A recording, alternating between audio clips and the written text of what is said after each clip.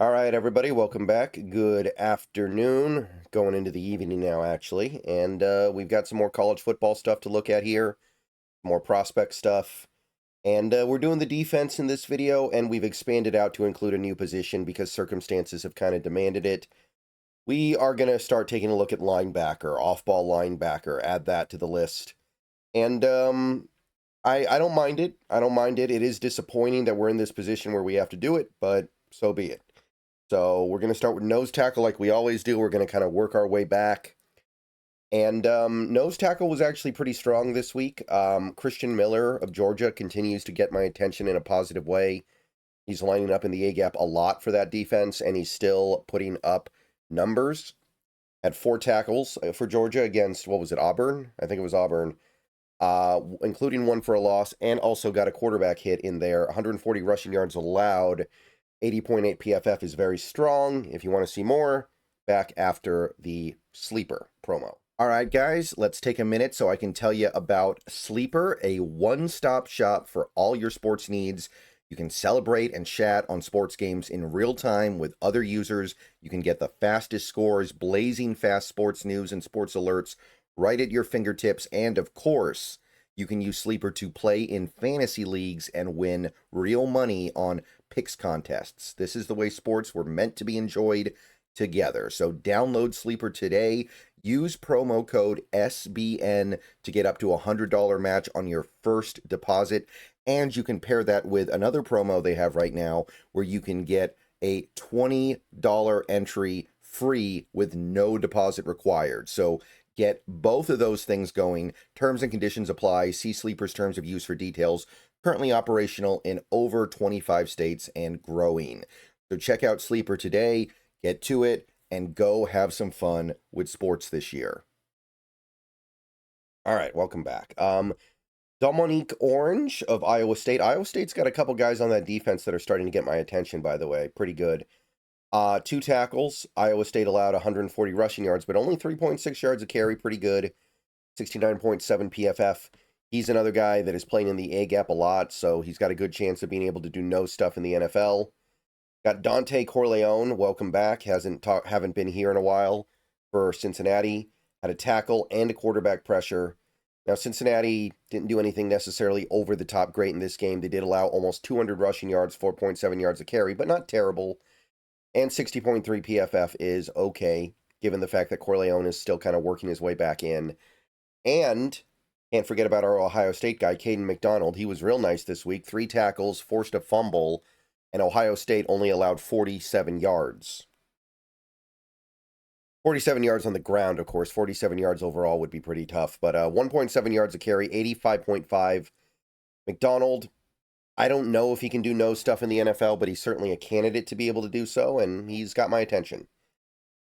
Edge rusher, really good edge rusher stuff again this week. Really like this class, really like this crop. Let's zoom in a little bit, actually. LT Overton, I really liked him before the season started. Haven't seen or heard much from him since. This was probably the best game he's had in a while. 6 tackles, including the sack and a half. Had 1 missed tackle. Only 3 pressures, though, so he wasn't necessarily living in the backfield, but a sack and a half is going to get you a lot of credit here. 65.8 PFF for Alabama. David Bailey, though. This guy is absolutely killing it right now. I'm sorry, guys. 1 second. Sorry about that, guys. Yeah, David Bailey of TTU. Wow. 6 tackles, 3 sacks, recovered a fumble, 11 pressures. He had 12 pressures the week before. This guy's on another level right now. This guy is wreaking havoc, and he's probably going to be a first-round pick at this point.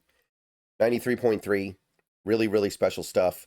And he's not the only Texas Tech edge that is killing it right now. More on that later.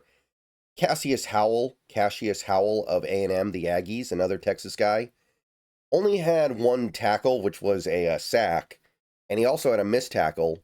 He did also break up a pass, though, and he had 4 pressures, so 90 PFF, so very efficient out there, even if he isn't necessarily the guy bringing the ball carrier down all the time. Joshua Josephs of Tennessee, 3 tackles and a sack. Forced a fumble. I think the sack was for no yards lost, but he did have a forced fumble, 4 pressures, did miss 1 tackle. 86.2. Still kind of liking what Josephs is bringing to the table here. And the other Texas Tech guy, this is a new guy, so take note. Romello Height. Romello Height, the other TTU edge. 6 tackles, 2 sacks, didn't miss 2 tackles.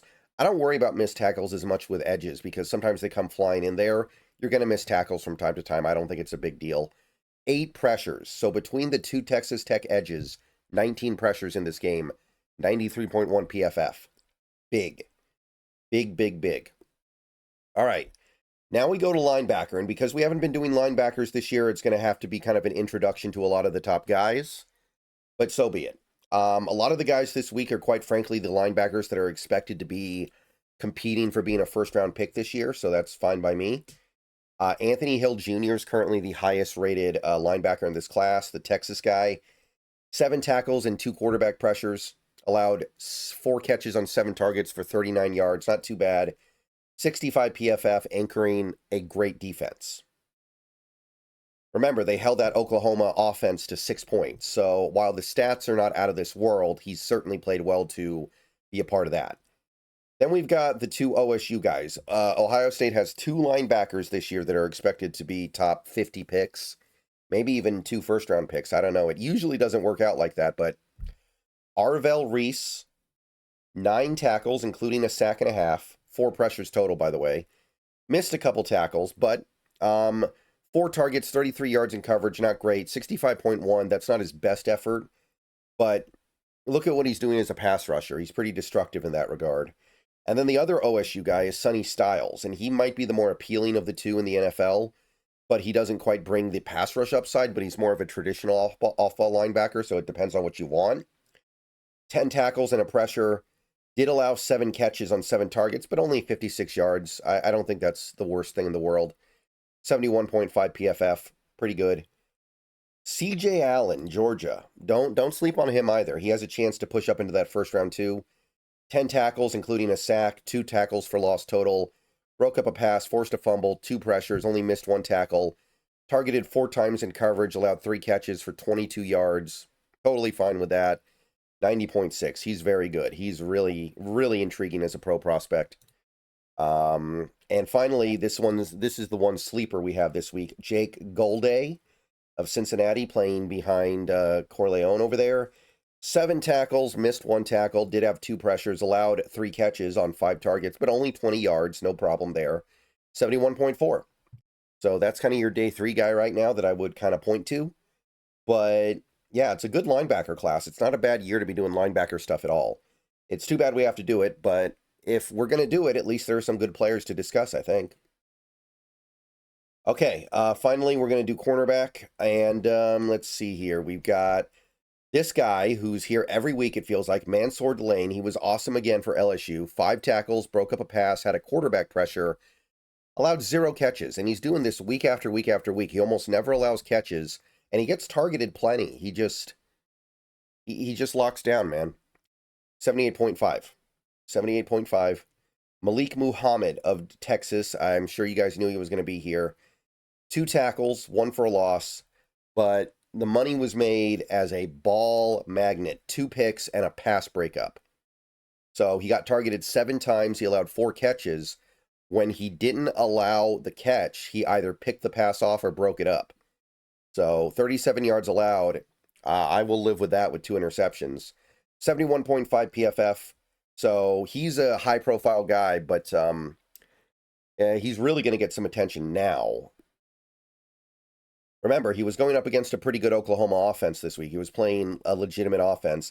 I know that their quarterback, Mateer, was hurt, but still, really good. And we got a couple of OSU guys this week. Ohio State, Davison Igbinosun. He was good. 2 tackles and broke up 3 passes. So ball hawk. Did pick up a penalty, but he only allowed 1 catch on 7 targets. So really, really efficient. 7 yards allowed in coverage, 78 total. D'Angelo Pons of Indiana had him a few times, helping lock down that really good Oregon offense. 4 tackles, allowed 2 catches on 6 targets, 14 yards, really clean. 69.5, love him, really into what he's doing. And Jermaine Matthews Jr. of Ohio State, the other Ohio State corner, The stats aren't quite there, but he did have a sack, which is always notable from a corner. 1 tackle, and it was the sack. Broke up a pass, forced a fumble, missed a tackle, allowed 2 catches for 14 yards on 4 targets. So, not a big problem at all. Did have 1 penalty. 66.4 PFF is pretty good as well. So, that's it for this week. Hope you guys enjoyed. Hope you guys learned something. Fun stuff going on in the world of defensive prospects as well. Everyone have a good rest of your day. Go Hawks, and see you guys tomorrow.